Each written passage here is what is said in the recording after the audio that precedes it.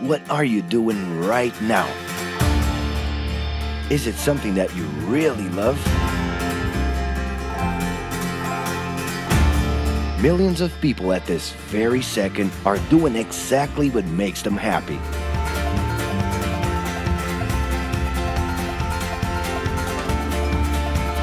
But wait a minute.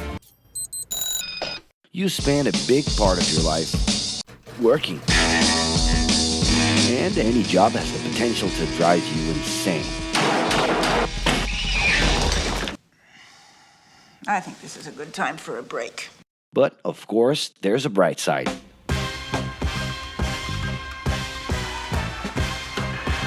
And the best thing, time off. As a matter of fact, the way we work influences new trends and behaviors in society. And if some things are new and different to you, and to everyone else, it's good to know that the ones who really captured the idea are those young millennials. Otherwise known as Generation Y, G, we, globalists. Okay. We know you heard about this. They represent a new workforce in the global market and have high aspirations. Half of them already have or plan to open their own businesses. Because of their digital, liquid, and collective mindset, they are affecting the way we produce and work in the future. Sounds complicated? Actually, keeping things simple was the motto that baby boomers worked by in the 60s and 70s. Rules were a lot clearer back then. The workspace was confined to the office. Responsibilities were individual-based and very specific, and you knew exactly the right time to start and finish your day. At that time, after the World Wars, the institution represented the security that everyone was dreaming about. Because of this, it made total sense to be a company man and respond well to linear and hierarchical structures.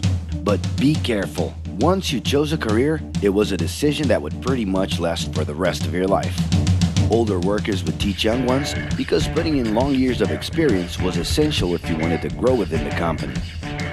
Having a job would guarantee social status and was the first step towards marriage and a first kid 9 months later.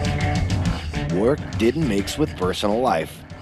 No bringing work home. But baby boomers worked a lot. It's been a hard day's night. And this had to do with keeping a deep sense of discipline and honor. Day-to-day sacrifices guaranteed that the family would be taken care of, and they knew that a big payoff would come, even if it would take a while.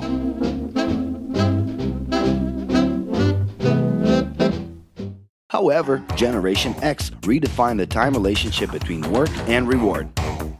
Super confident, extroverted, very competitive, and doing everything in their power to achieve quick growth, these guys were always on the lookout for better offers. A profitable idea could easily put them into a leadership position based on meritocracy without taking their experience into account.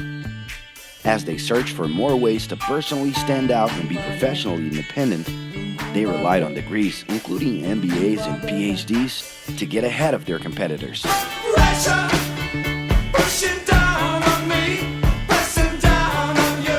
No man has spoken. In this more individualistic style of thinking, a nice wardrobe and a business card could help them close better deals and expand their network. Being in the right place at the right time is what would define the work schedule. Business time was extended into the happy hour. This mix between personal and professional life turned a workaholic into someone who was admirable and even sexy. In the grace of your love. The winner was whoever could get onto the board of directors in the shortest time possible I can do anything if I can just get a chance. and thus immediately live out the pleasures of this achievement. You want the money, you control the witness. I'll leave you lonely, don't monkey with the business. But today the journey's a little different. It really seems more important to have fun on the ride than to make it to the final destination.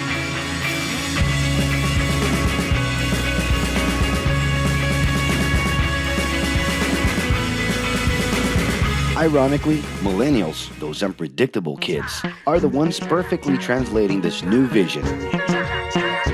In a time when pleasure determines professional accomplishment, they know, like no one else, how to recognize opportunities that link passion with work.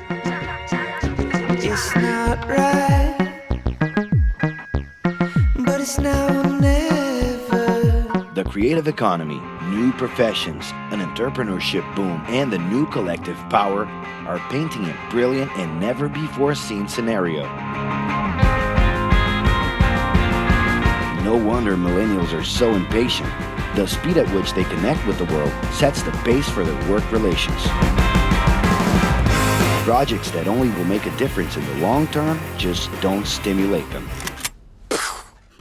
And they need constant feedback so they can feel that their efforts are being recognized. It's great. I love it. The traditional pyramid inside of companies doesn't really fit with these anxious young people.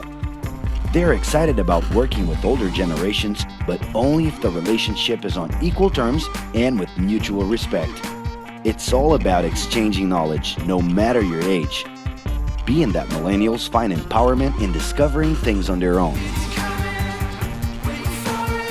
It's natural for them to diversify their channels and seek out informal types of education instead of simply picking out a major.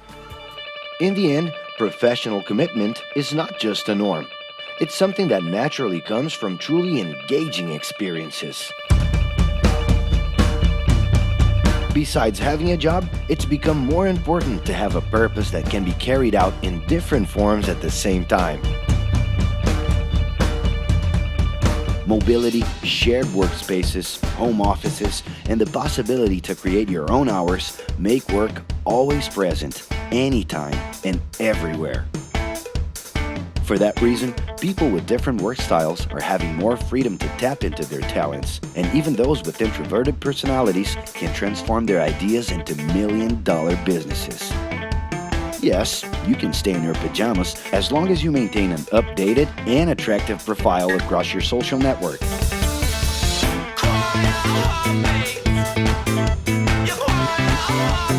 As you can see, flexibility is really the way to go. Millennials are fascinated when they get involved in works in progress and feel motivated by learning new skills. They're excited about an open and forever beta world where testing and messing with something unfinished is the only way to create the new. Millennials need more than ever to feel autonomous, and they're exhilarated by the challenge to develop and participate collaboratively.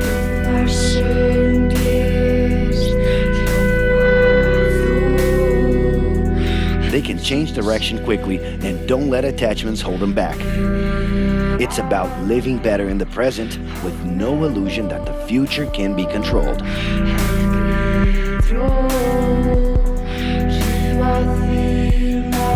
That's because of one simple thing.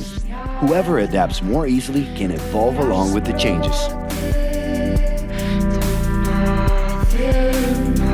And if you feel overwhelmed by everything so far and are looking for the right answer, well, sorry. We're still going to ask you another question. Are you doing what you love right now? No.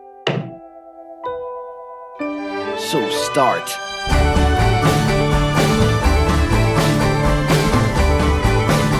The clock is ticking and your life is in a hurry. Discover your life's purpose and make it happen. Loving your work will put you in motion. It's the only way to lead a fulfilling life every day.